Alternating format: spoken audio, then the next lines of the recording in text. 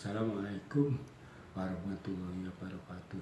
Waalaikumsalam warahmatullahi Kalau wabarakatuh. Anda tanya masalah berdirinya lembaga pendidikan Islam MTS Sunan Gunung Jati, pertama-tama pada waktu tahun 85 saya itu masih dinas di Cupak dan sebagian di MIK Temasini. Kemudian pada waktu itu ada penilik pendidikan agama Islam, dulu penilik, kalau sekarang pengawas, itu namanya Pak Samsul Huda dari Departemen Agama, dan kampungnya langsung dari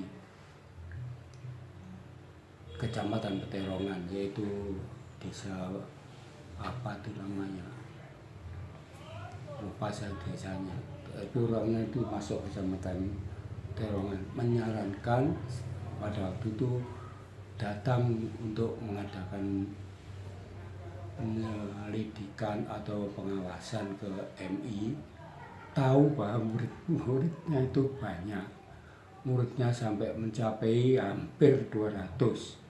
Kemudian beliaunya tanya, "Pak, di sini tuh tidak ada sanawiyah." Saya jawab dan dijawab oleh Pak Imam Ghazali serta Pak Hamdi, tidak ada. Kemudian beliau menyarankan agar didirikan MTS karena muridnya sangat banyak, dan ternyata memang yang keluar dari MI itu banyak yang tidak sekolah, tidak melanjutkan ke tingkat di atasnya. Kemudian kami antara lain Pak Imam Ghazali, Pak Hamdi, dan saya musyawarah tentang saran dari penilik tersebut untuk mendirikan sanawiyah. Setelah terjadi dialog antara saya, Pak Imam, dan Pak Hamdi serta guru yang lain, itu sepakat untuk mendirikan MTS. Kemudian setelah diadakan musyawarah dari guru-guru, kemudian mengadakan rapat di desa untuk mendirikan lembaga tersebut. Kami yang ngotot untuk dapat berdirinya, tapi saya pada waktu itu dibantah oleh Pak Lurah Abdul Manap, katanya tidak ringan untuk mendirikan pendidikan karena banyak biayanya dan banyak sarana prasarananya harus dilengkapi. Kemudian Pak Manap saya bantah, "Pak, kalau sampai itu berpendapat demikian, takut kepada bayang-bayang yang tidak kita bayangkan, itu berarti sampai kalah sebelum perang, Kemudian saya dicaci maki, katanya, "Kamu tuh masih belum apa istilahnya cuplak lempuyangmu, sudah berani membantah orang tua. Kalau mendirikan itu tidak mudah, biayanya itu banyak dan butuh tempat serta gedung dan lain-lainnya. Kamu punya apa loh? Kalau gedung, bangku dan guru sudah ada, Pak. Tapi kalau lainnya nanti sambil jalan kita lengkapi." Akhirnya Pak Imam sama Pak Hamdi membatalkan. "Sudahlah, saya di room, gak usah geger. Sekarang yang penting kamu mari kita membesarkan anak kita sekolahkan untuk menjadi calon-calon guru." Pada waktu itu Pak Imam punya anak yang dulu menjadi kepala itu, Pak siapa itu? Pak Zainul. Dan saya mempunyai anak Eswayudi sekarang yang ada di Swiss itu, saya sekolahkan ke Malang, ke jurusan FKIP juga. Terus Pak Zainul juga disekolahkan kemana tuh, ya jurusan guru. akhirnya diundur untuk tidak berdiri pada tahun itu. Terus diam semua, ndak ada yang berminat lagi. Kemudian pada tahun 94 bulan Juni kalau nggak salah, itu saya kumpul lagi dengan Pak Imam dan Pak Hamdi sudah meninggal. Hanya tinggal Pak Imam, saya, Pak Rohman, Pak Sunaji. Tapi Pak Sunaji sama Pak Rohman itu tidak amper akan berdirinya Sanawiyah, itu tidak amper. Saya yang ngotot tetap mari kita dirikan. Akhirnya pada tahun 1994 bulan Juli kita awali tahun ajaran baru untuk MTS. Seperti itu ya.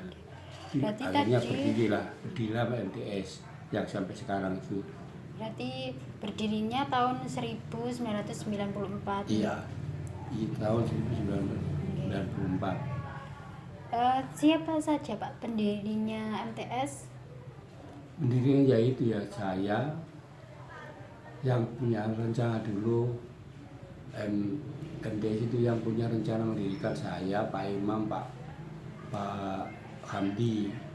Tapi setelah dibatalkan tidak jadi berdiri pada waktu rapat rame-rame sama Pak Lurah itu, akhirnya pada tahun 94 itu saya, Pak Imam, hanya 2 orang di nekat. Pokoknya muridnya MI saya suruh mendaftar siapa yang ke Sanawiyah Jati.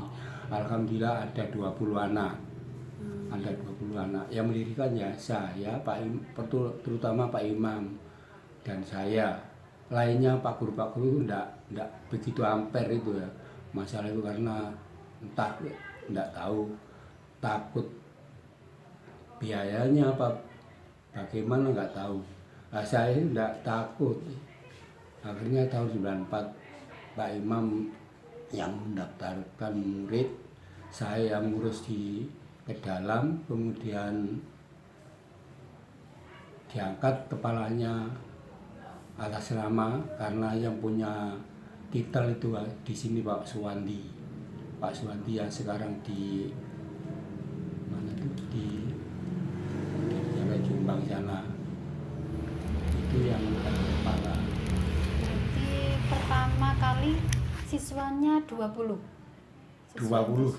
Yaitu Bu Pranti, putranya Bu Pranti itu sama Samsul Huda itu yang kemudian dari selatan sana ya, anak Katemas semua tuh 20.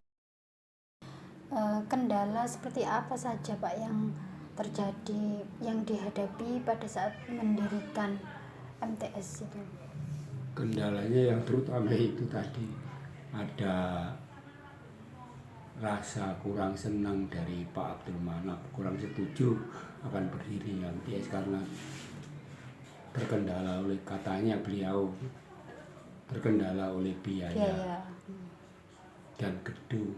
Tapi alhamdulillah setelah berdiri tahun 94, 95, 98 atas usaha masyarakat itu bisa mendirikan 2 lokal, yang sebelah timur itu yang bujur ke selatan, yang biasanya dipakai rapat-rapat rapat siswa kalau kenaikan kelas dan ada dibuka itu usaha dari masyarakat. Kemudian kendalanya adalah masalah tanah. Kemudian saya, Pak Hamid dan teman lainnya berusaha minta tanah ke kepala desa. Pada waktu kepala desanya itu sudah ganti, sudah Pak Abdullah Sukri. Kemudian saya minta tanah, diberikan tanah di sebelah selatannya kebunnya Pak Barin itu. Kemudian saya tukar gulingkan kepada Pak Asmuri yang tanahnya seluas sekitar berapa itu, dari gedung yang membujur ke selatan, kemudian itu kan ada celah-celahnya tempat listrik itu ya. Tempat listrik itu ke barat sampai batasnya sekolahan, batas tanahnya Pak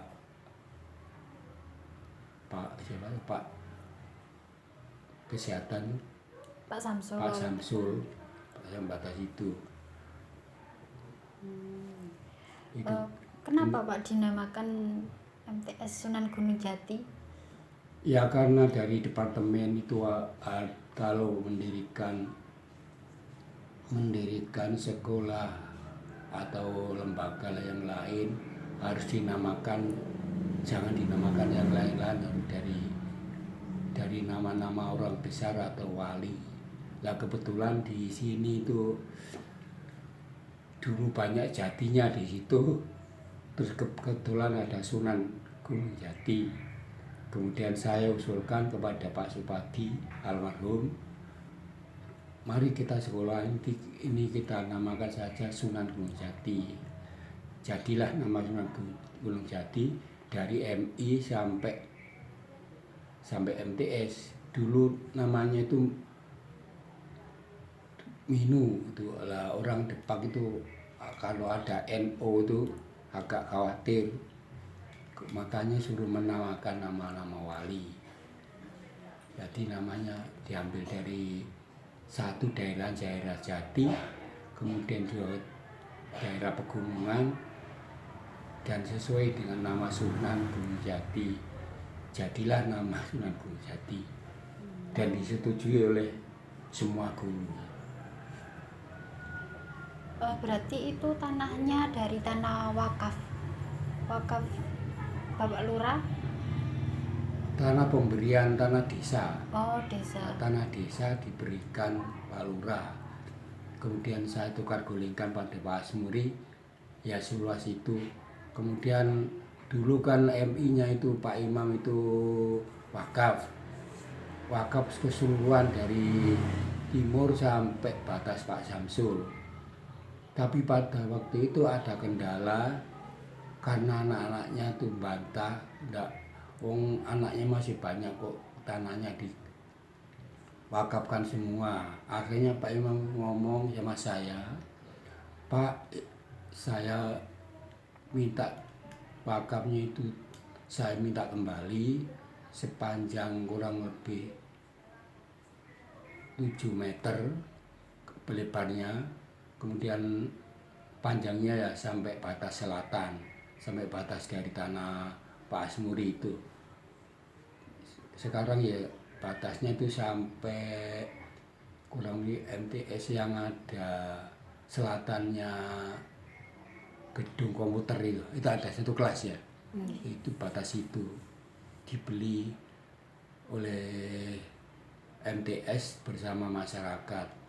Tapi yang sebelah utara, satu kelas sebelah utara sendiri itu dimiliki oleh MI karena MI juga ikut bantu pembeliannya.